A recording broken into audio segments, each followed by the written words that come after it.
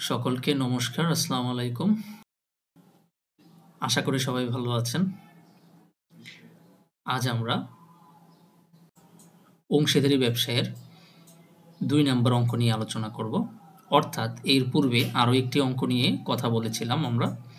আর আজকে আমরা তারই ধারাবাহিকতায় ২য় নাম্বার অঙ্ক নিয়ে কথা বলব। এখানে বলা হচ্ছে যে বিথি ও চৈতি একটি অংশীদারি ব্যবসায়ের ২ জন অংশীদার। তাদের মুনাফা বন্টন অনুপাত হচ্ছে কত? ৩:২। সো আমরা এখানে ৩:২ লিখে নিচ্ছি। ৩ কত? ২। সো ৩:২, এই ৩ আর ২ যোগ করলে কত হবে? ৩ আর ২ যোগ করলে কত হয়? ৫ হয়। সো আমরা এখানে কি লিখব? ৫/৩ আর ৫ কত? ২, এটা লিখে রাখবো। ওকে। দেন আমাদেরকে আরও বলছে যে তারা সাথীকে ৩/১ অংশ মুনাফা বন্টনের চুক্তিতে ব্যবসায়ের নতুন অংশীদার হিসেবে কি করে? গ্রহণ করে। এবং বলছে যে বিথি, চৈতি ও সাথীর মধ্যে মুনাফার নতুন অনুপাত কত হবে? ওকে, ফাইন। সো আমরা একটা ইনফরমেশন লিখে ফেলেছি, আমাদের আরও একটা ইনফরমেশন দেওয়া আছে ৩/১। সো আমরা এখানে লিখতে পারি তৃতীয় জনের অংশটা কত দেওয়া আছে? তৃতীয় জনের অংশ দেওয়া আছে কত? ৩/১। তো এখন প্রশ্ন হচ্ছে তৃতীয় জনের অংশ যদি ৩/১ হয়, তাহলে তাকে ৩/১ দেওয়ার পরে অবশিষ্ট কত থাকবে? অবশিষ্ট থাকতেছে আমাদের ৩/কত? ২। পূর্বের অঙ্কটাতে আমরা আলোচনা করেছিলাম যে এখানে যদি আমাদের এরকম দেয়া থাকে ৩/১ অংশ দেয়া থাকলে অবশিষ্ট থাকবে অবশ্যই ৩/২ অংশ। ঠিক আছে? সো এটা আমরা করে নেব কিভাবে? যদি সম্পূর্ণ অংশটাকে আমরা ১ ধরি, সম্পূর্ণ মুনাফাকে, তখন ১ থেকে আমরা কি বাদ দেব? ৩/১ অংশ বাদ দেব। তাহলে কি হয়? আমরা এখানে লসাগু ৩ নেব, নিচের ১ দিয়ে ৩কে ভাগ দেব, তাহলে ৩ পাবো। উপরের ১-এর সাথে গুণ করব, তাহলে ৩ একে ৩ হয়, মাইনাস এই ৩ দিয়ে যদি এই ৩কে ভাগ দিই তাহলে আমাদের ভাগফল ১ বেরোয়। ওই ১-এর সাথে এই ১-এর গুণ করলে ১ একে ১ হয়। সো আমরা এখানে ৩ লিখব নিচে এবং উপরে ৩ থেকে ১ বিয়োগ করলে কত হয়? ২ হয়। এই হচ্ছে আমাদের অবশিষ্ট ৩/2 কি? ২। আশা করি বুঝতে পেরেছেন। গত অঙ্কটাতেও আমরা আলোচনা করেছিলাম এইভাবে। ফাইন। এখন আমাদেরকে যেটা করতে হবে সেটা হচ্ছে পূর্বের যে ছিল সে হচ্ছে বিথি। প্রথম পুরাতন যে অংশীদার ছিল, প্রথমজন ছিল বিথি। এই বিথি এর নতুন অনুপাত হবে, বিথির নতুন অনুপাত হবে কি হবে? এই অংশটা অবশিষ্ট অংশ কত? ৩/২। এই ৩/২ সে কত অংশ পাবে? ৫/৩ অংশ পাবে। সো ৫/৩ অংশ আমরা লিখে দেবো। আচ্ছা, যদি গুণ করি তাহলে ৩×৫ কত হয়? ১৫ নিচে, আর উপরে ৩ দুগুণে কত হবে? ৬। ফাইন। তারপরে হচ্ছে চৈতি, আমরা লিখব চৈতি এর নতুন অনুপাত। তো চৈতি এর নতুন অনুপাত কত? আবার ওই অবশিষ্টটা আগে লিখতে হবে, কারণ এই অংশটারই তো আমরা ২ ভাগ করব, ২ জনের মধ্যে বন্টন করে দেব। আর সে এই অংশটা এর কত অংশ পাবে? ৫/২ অংশ। তাহলে নিচে ৫, উপরে ২। ফাইন। নিচে আবার দেখতে পাচ্ছি ৩-এর সাথে ৫ গুণ করলে কত? ১৫। আচ্ছা, কেন গুণ করব? কারণ এর মানেই হচ্ছে গুণ। আর উপরে ২ দুগুণে কত হবে? ৪। ফাইন। এবার তৃতীয় জনের যে অংশটা ছিল সেটা এখানে লিখব। তৃতীয় জনের নাম কি ছিল? তৃতীয় জনের নাম ছিল সাথী। সো সাথী এর নতুন অনুপাত হচ্ছে আমাদের কত? তার অংশটা দেয়া ছিল ৩/১।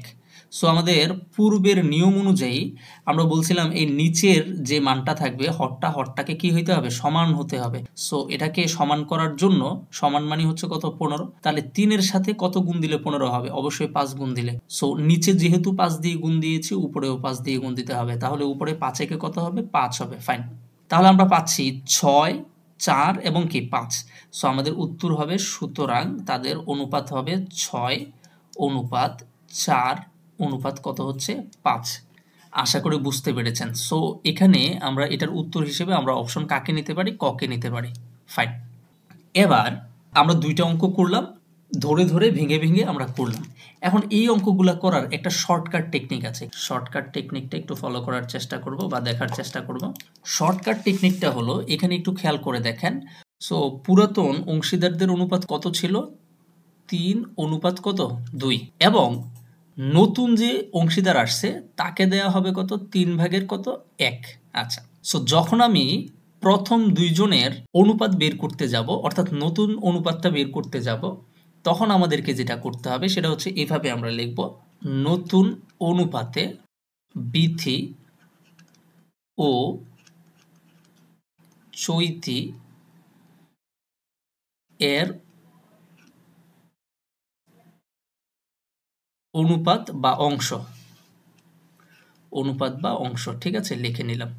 এখন কি লিখবো? এখন এই নতুন দুইজনের অনুপাত যদি বের করতে চাই, তাহলে তাদের যে পুরাতন অনুপাতগুলো আছে, অর্থাৎ কি, অর্থাৎ 3 অনুপাত কত 2, এই পুরাতন অনুপাতের সাথে গুণ করতে হবে। কাকে গুণ করব? এখানে তৃতীয় ব্যক্তিকে কত অংশ দেওয়া হচ্ছে? 3/1 অংশ। যেহেতু 3/1 অংশ দেওয়া আছে, সেহেতু অবশিষ্ট আছে 3/2 কত 2 অংশ। সো এই 2 দিয়ে আমরা গুণ করব, এই লিখলাম আমরা 2। সো এখন আমাদের কি হবে? এখন আমাদের হচ্ছে কি, এই 2 দিয়ে যদি 3 কে গুণ দেই তাহলে 3 দুগুণে কত হয় 6। এই 2 দিয়ে যদি 2 কে গুণ দেই তাহলে কত হয় 4। তাহলে এই বিথি এবং চৈতির আমরা কি বের করে ফেলেছি? নতুন অনুপাতটা বের করে ফেলেছি। 6 অনুপাত কত 4। ফাইন। এবার আমরা এখানে তৃতীয় জন যে ছিল, তার মানে হচ্ছে সাথী। এখন আমরা এই নতুন অনুপাতে লিখব, নতুন অনুপাতে সাথীর অংশ বা অনুপাত, ঠিক আছে।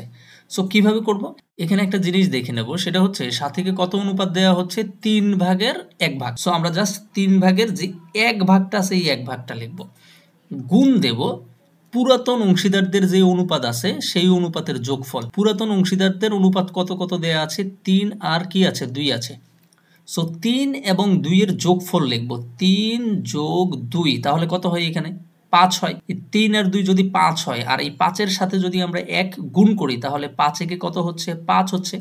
তাহলে আমরা অনুপাতটা কত পাচ্ছি? আমরা আনসারটা কত পাচ্ছি? আমরা পাচ্ছি, এখানে পাচ্ছি 6/4। সো লিখব 6/4।